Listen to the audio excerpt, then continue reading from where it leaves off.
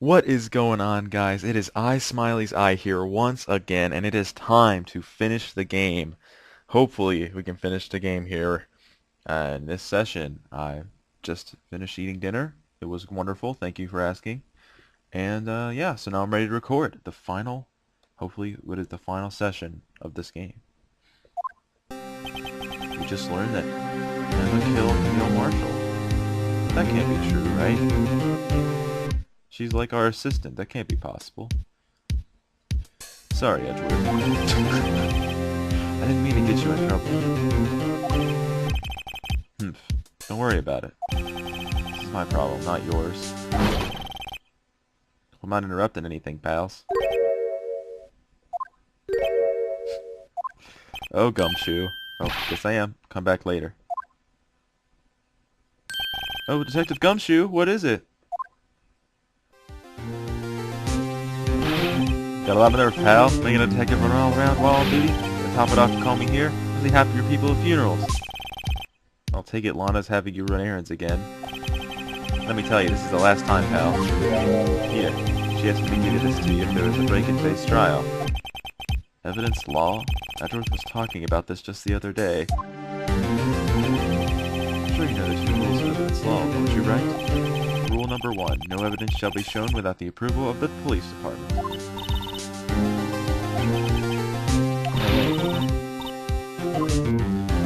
So, Phoenix got reprimanded for not studying evidence law, which is weird because he's a lawyer, so I don't know why he wouldn't study this. I feel like he would know this. He should know this. Chief Prosecutor also wanted me to give you a message. A message? She said, you're planning to take him on. I'm going to read this book. Him. I guess I'll need to give this book a thorough read. It honestly looks like, I don't know, like a children's book or something. Doesn't look like that book will do you any good now, though. All that's left now is the Chief Prosecutor's sentence. That's where you're wrong, Detective. Huh? Haven't you figured it out yet? Why I'm still sitting in that prosecutor's seat? Despite all these allegations being thrown at me? Mr. Edgeworth, the real trial today hasn't begun yet. Oh great, then that hour recording was just for nothing. What? What else is there left to do? Your credibility's been all but ruined with this forged evidence you were unaware of. Emma Skye found out she unwittingly caused... Emma Skye! Emma Skye found out she unwittingly caused the man's death. And now you're telling me you want to do more? Gotta be kidding me, pal! You're missing the point, Detective. Lana didn't murder Detective Goodman. She merely stuck a knife into his dead body. That means the real killer is still out there. And he's wearing an orange suit with pink glasses. What? I'm going to expose him, no matter what it takes. This case has hurt too many people. It's time to bring it to an end. Has it? I mean, I think Bruce Goodman's the only one who's dead. Hurt it all, really. Although I guess mentally people have been hurt. Court will now reconvene for the trial of Miss Lana Skye. Mr. Edgeworth. Yes, Your Honor? The Inquiry Committee is planning to impose harsh penalties for your actions. Thank you for the news, Your Honor. Yes, well, normally this is where the prosecution calls for a witness. But, it's easy to say. You see, there's some concern Mr. Edgeworth may have, Struck a bargain? You think I may have manipulated the witnesses? I didn't say that. It's just, you see, everyone has been talking, and... Very well, Your Honor. I have a solution. Ah, Edgeworth, always having the solutions. A solution? That being the case. The prosecution will allow the defense to call forth all further witnesses. What? There's never been a case example. Undeniably, this is an unusual arrangement, but a very effective one. It would prove that I haven't struck any deals with the witnesses. Well, Mr. Wright, what have you What do you say? Unbelievable. Edgeworth has found a way to continue the trial. Very well. The defense accepts the prosecution's proposal. Then it's settled. The defense will now call forth the next witness. Mr. Wright. You do realize this is your last chance? If you call the wrong witness, this trial is as good as over. The defense calls. Time's finally come to bring out the real murderer. Ah, look at him with his nice smiling face. Nice, 65. Pretty old. Take that! Take that!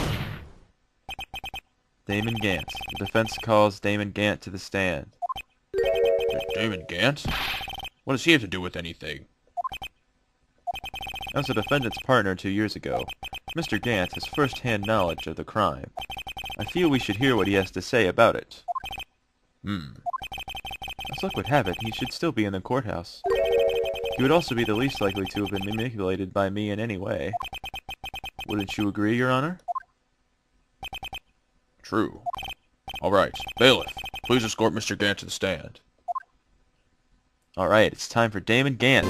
His epic organ theme of awesomeness. Witness, please state your name and occupation. What is this, some kind of practical joke? I was just on my way to lunch. Your name and occupation, sir. Worthy, are you sure you want to do this? Your name and occupation. Man, not even the chief of police will give his name and occupation for Edgeworth. So, you want to play hardball, eh? Please, Mr. Gant. Fine. My name is Damon Gant. I'm the acting chief of police. Now then, Chief Gant, the court requests to hear your testimony. Oh, righto. What's with the grim face? First, let's clear up this SL9 incident. Oh, you mean that time when Lana's sister murdered the prosecutor? Personally, I think it's been made pretty clear already. There are still some things unaccounted for. Oh, like what? Like the role you played in all of this. Son, either you're very brave or very foolish. You are aware, of course, that a police chief has all kinds of weapons at his disposal? Weapons? Sure, take my testimony, for example. I don't have to give it if I don't want to. What? Is that true? I'm afraid so. The chief of police has the right to refuse to testify. Alright. Of course, such an action carries with it certain risks. Don't worry, I'm not here to hinder your trial. Just remember, if this turns out to be a big waste of time, don't say I didn't warn you. I wonder what those risks could be. Very well. The witness may now begin his testimony.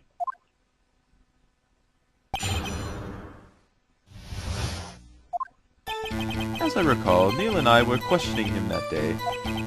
To make a long story short, we slipped up. That power outage didn't help either. When I went to my office, I found Lana there.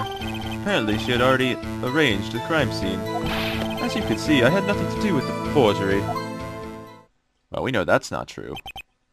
We found the piece of urn and the piece of cloth in his safe. Is that when Dark was arrested? Him? He was lying on the floor, unconscious.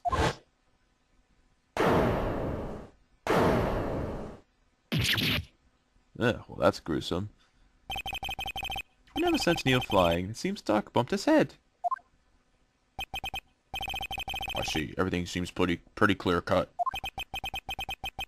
The police chief has the right to refuse to testify, and I had better hit him hard and fast. And by hitting him hard and fast, that means pressing every statement. Hold it! As I recall, a ceremony was held at the police department that day. Yes, that's right. I guess you could say I'm a workaholic. After winning his award, Neil was all fired up too. Fired up too. That's probably what spooked Dark and made him run away like that. Was the defendant, Sky, also present in the room? I don't quite remember. At the very least, she wasn't there when Dark ran for it.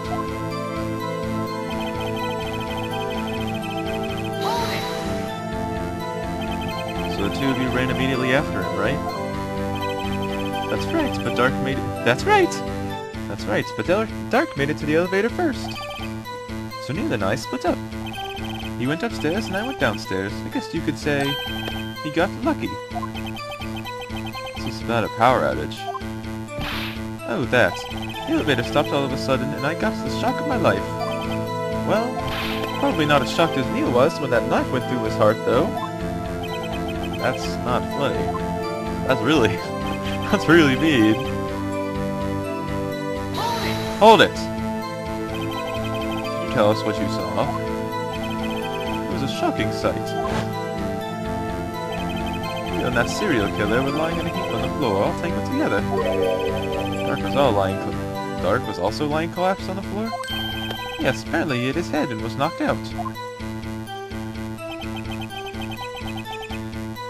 Next to them were those two poor girls. Lana and Emma. Lana was cradling Emma in her arms. Looking back at it now, she must have already known what her sister had done.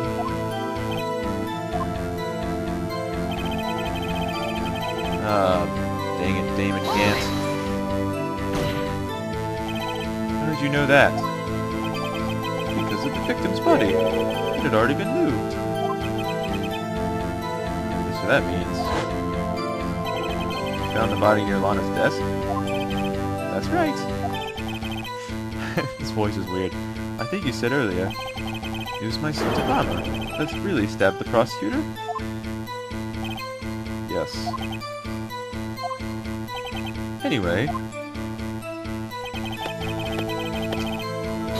Hold it! So you're saying the forgery had already taken place by the time you arrived at your office? That's exactly what I'm saying. I can understand how Lana must have felt. But moving a body and hiding evidence are inexcusable no matter what the circumstances. Is that how it really went down? Staring at the witness won't do you any good, Mr. Wright. If you're going to stare at anything, you'd be better off staring at the court record. Worthy, always the smooth talker. Which piece of evidence ties Gant to the forgery?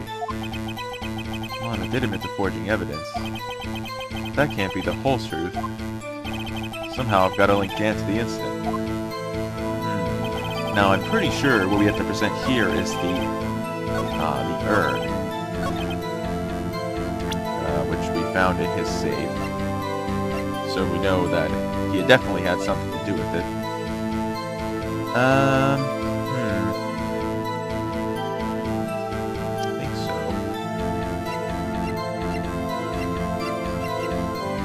Or maybe the evidence list? That's interesting, because, I mean, both make some sense. I'm not sure if we're supposed to, like, present this later. Objection! Alright, so I was right. You claim you had nothing to do with the forgery. Maybe you can present either one, but I'm afraid that is a claim you cannot back up. I know you can't present the cloth. I know the cloth doesn't work. I'm pretty sure it doesn't work. Explain yourself. Several pieces of evidence were found in your office. Take this jar, for example. That's that blue badger you showed us earlier. A piece of this jar was discovered in your safe. Not only that, but the evidence list I presented earlier. Yeah, I think you can present either one. Was actually found inside your desk. It was found where? Cheat sheet can. These are articles. These articles of evidence uncovered in your office are both concrete proof that you also played a part in the illegal investigation. Yeah, you tell him, Phoenix. Blue's a better color than orange anyway. Well, I don't know. Chief Gant, what's the meaning of this? Oh. Hey, don't call anyone a hoe. He is a defense attorney, and he may even rival Worthy. So you admit to it then? That you were involved in the forgery? Who, me? Or do you mean you? Me? Why would I have anything to do with that? Yep. Plot twist! Phoenix Wright was actually there 2 years ago. Trial number 4. Well, you were the one who snuck into my office when you found this evidence. Prosecutors aren't the only ones capable of forging evidence, you know. Defense attorneys can do so too. Isn't that right, Righto? Objection! However, Detective Gumshoe was present during the investigation. Worthy, my boy. Not even detectives are exempt from the law. Rest assured, Gecko received his due punishment. What? Detective Gumshoe's salary drops any further, he'll end up paying to work. Probably. And he'll probably still work, too. Yes, well, in light of the detective's presence, please give us your testimony regarding these pieces of evidence found in your office, and their relation to the forgery that took place at the crime scene. My. Kids these days no longer know how to put 2 and 2 together. Is he calling the judge a kid? He's like the same age, if not younger. Wait. So they're like the same age. I don't know. How old is the judge? I don't know. Let's see, what is it now? A jar fragment in the list? For all I know, you could have planted them in my office. Anyway, you can't prove when those pieces of evidence were discovered. If they were found after Dark was convicted, then they're worthless. There's no reason I'd participate in a forgery. Rearranging the crime scene wouldn't help me out in any way. Now, I think the problem with this testimony here is the fact that the urn fragment had blood on it, which connected and matched with the others, and also the half of the evidence list also fit with the other evidence list, but I don't think that would prove anything, because I would think any evidence list would fit with it. Mr. Wright. Yes, Your Honor? In investigating the crime scene, you should have been more careful to observe protocol. You do understand that I am the chief of police, right? There will be consequences. Ugh. Indeed, I believe I will press charges, so you won't make the same mistake again. My apologies, Chief, but would you mind waiting until tomorrow for that? Today is, well, you know. All right, Aji. I'll return, though. In return, though. I know. That place, right? Huh? What are these guys, telepathic? What place are we talking about here, exactly? Seems a little fishy. Let's see. Hold it! I'd appreciate it if you'd stop making these ridiculous allegations. Yes, you do have a point. You wouldn't have the guts to do something like that. What? I'll have you know, back in the day I once broke into a cattle ranch and tipped... Mr. Wright, what are you saying? Phoenix Wright's a cow tipper, guys. He's that guy. Anyway, you can't prove you didn't carry any evidence, can you? If you have proof to the contrary, you're going to need it later. Later? What are you talking about? What else? I'm talking about when your fingerprints are found. Yes, if they're found inside my safe, they would prove your investigation was illegal. Never faced anyone as slimy as this guy.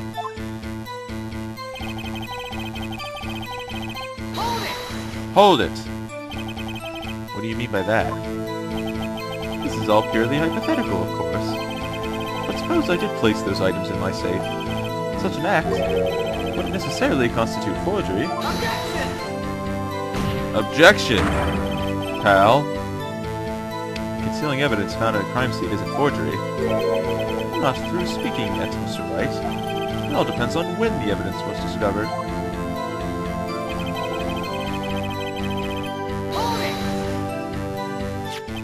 Are you saying this jar fragment wasn't discovered in the initial investigation? It would appear not. After all, it wasn't listed in the evidence list. For all we know, it could have suddenly materialized the day after Dark was sentenced. Why would that... That would be really convenient, wouldn't it? Thanks, Phoenix. Right. Chief is talking about a possibility, so long as you can't rule that out. Your remarks, however clever they may be, will only succeed in wasting time. Tell me something I don't know. Come now, Mr. Wright. Think about it.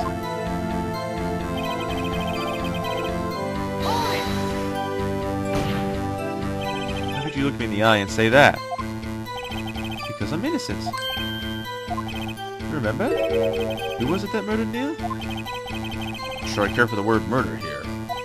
In the end, the person responsible for Mr. Marshall's unfortunate demise was Emma Skye. Or was it? Well, what do you see?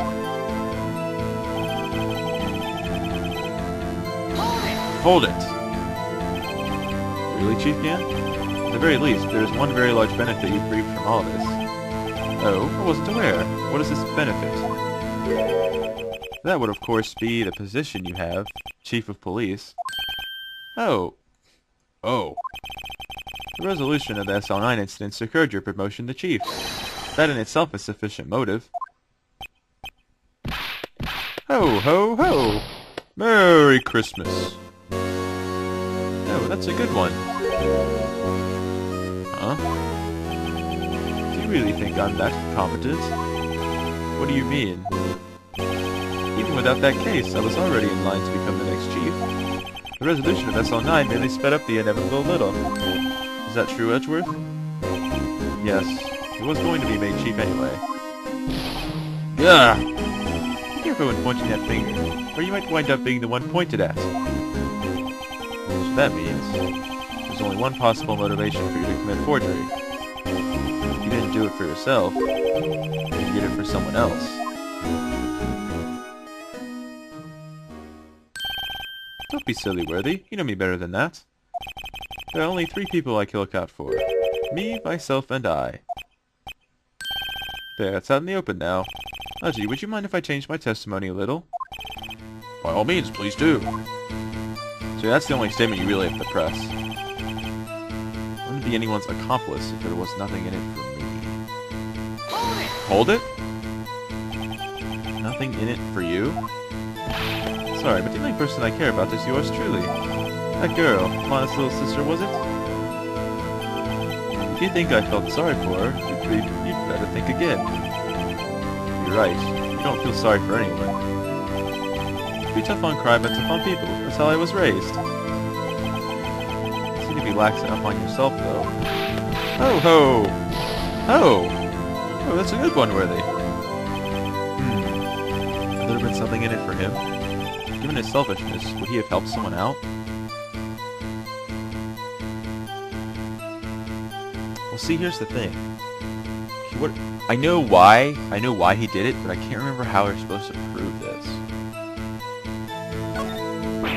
But I can't think of how it would help him. That means he wouldn't have helped out anyone. Relax, take a deep breath, Mr. Wright. Try to think outside the box. After all, that's what you're good at, isn't it? Think outside the box. I never thought I'd hear him tell me that. The question isn't who would the chief help, it's who would ask the chief for help. If someone did that, you'd be sure to find a way to benefit from that person. It appears the defense has nothing more to say. Chief, would you please repeat your testimony from the beginning? Alright, so the answer... let's just skip through this. So the thing was, the person is not exactly an accomplice, per se. True, you might not help out anyone for their sake. Okay. But if it would benefit you, you might decide to assist someone. Mr. Wright, it appears you're positively determined to portray the chief as a nice man who likes to lend people a hand. That's exactly what we're doing. That's not what I mean. Very well, I'll ask. Who is this person you believe Chief Gant may have helped forge evidence? Well, who's the person we're accusing of forging evidence now? Lana Skye, of course.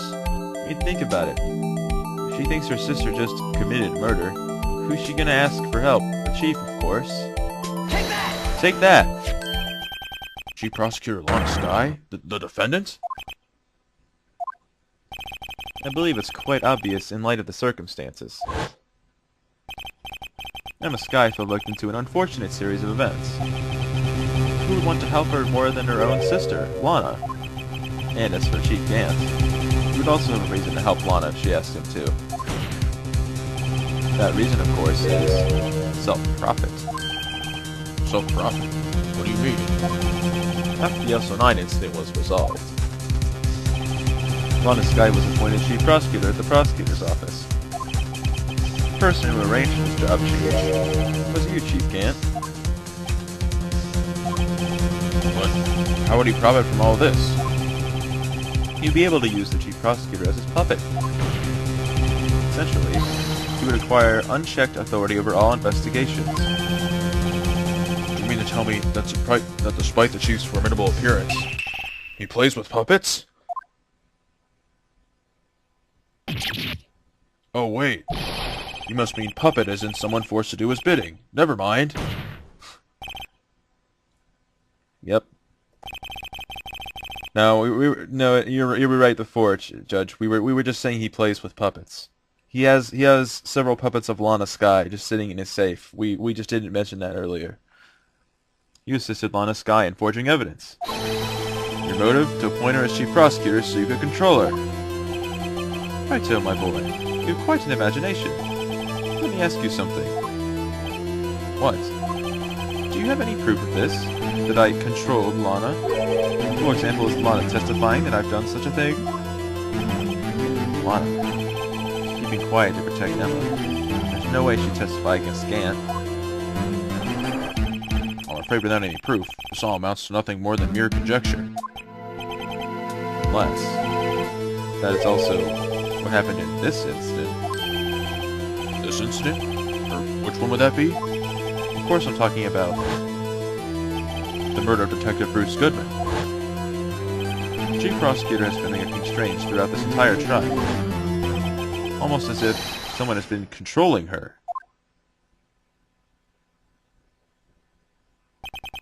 Worthy, you'd better watch your tongue. I wouldn't want you to get hurt. Just what do you mean? Just what you mean? What he means, Your Honor, is that Chief Gant is involved in the murder of Detective Goodman. Not only that, but the Chief is now making Lana take that rap to cover up his involvement. What?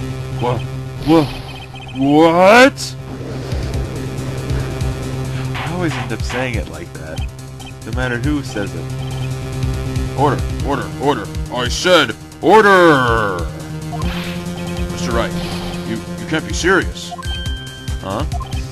This is an affront to the highest-ranking officer in our law enforcement agency. To accuse the chief of police of blackmail and murder?